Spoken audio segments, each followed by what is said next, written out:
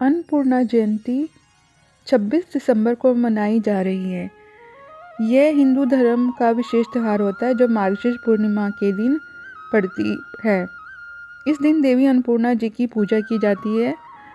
पंचांग के अनुसार हर वर्ष अन्नपूर्णा जयंती मार्गशीर्ष या अहगन मास की पूर्णिमा तिथि को होती है। इस दिन मां पार्वती के रूप में देवी अन्नपूर्णा धरती पर प्रकट हुई थी। अन्नपूर्णा जयंती के दिन घर पर पूजा पाठ करने से धन धान्य की कमी नहीं रहती, इसलिए इस दिन लोग रसोई घर की साफ सुथरा कर देवी अन्नपूर्णा की पूजा करते हैं। जहाँ देवी अन्नपूर्णा का वास होता है वहाँ उस घर में कोई व्यक्ति भूखा नहीं रहता। अन्नपूर्णा जयंती मनाने और देवी अन्नपूर्णा की पूजा करने के पीछे पौराणिक कथाएं प्रचलित हैं।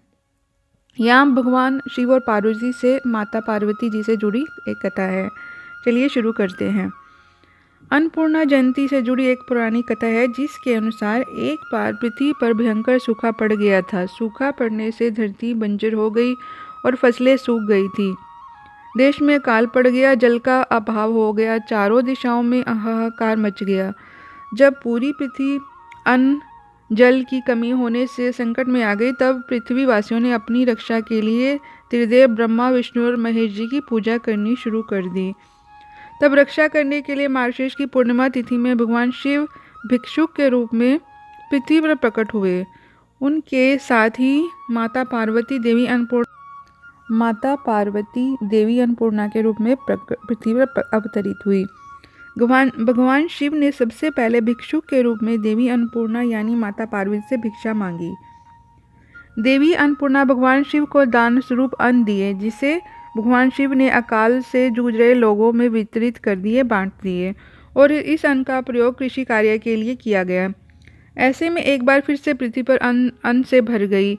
इसी प्रकार से मार्गशीर्ष मास की पूर्णिमा के दिन अन्नपूर्णा जयंती मनाने की परंपरा शुरू हो गई। साथ ही इस दिन को देवी अन्नपूर्णा के अवतरण दिवस के रूप में मनाया जाने लगा और इसे अन्नपूर्णा जयंती के नाम से मनाया जाने लगा। मार्गशीर्ष पूर्णिमा को माँ अन्नपूर्णा की जयंती मनाई जाने लगी। तो इस दिन माँ अन्नपूर्णा की पूजा की जाती है। सुबह उठकर नहा धोकर माँ अन्नपूर्णा या माँ पार्वती का चित्र रखकर या उनकी मूर्ति छोटी सी रखकर उसके सामने हमें घी का दिया जलाना चाहिए, उन पर फूल चढ़ाने चाहिए, कुमकुम लगाना चाहिए और अन्न या आपके पास कोई अनाज है उसे रखना चाहिए और माता की कथा कहनी चाहिए और उनकी आरती करनी चाहिए। और रसोई घर में भी इस दिन रसोई घर में चूल्हे की पूजा की जाती है ताकि माँ का अन्नपूर्णा का वास रहे और कोई भी घर में भूखा ना रहे। तो इसलिए अन्नपूर्णा जयंती का विशेष महत्व है। इस दिन हमें माँ अन्नपूर्णा की पूजा करनी चाहिए, माँ पार्वती भगवान शिव की पूजा भी करनी चाहिए और माता से आशीर्वाद प्राप्त करना चाहिए कि घर में धन धान्य की कभी कमी ना हो और घर में धन धान्य में वृद्धि हो।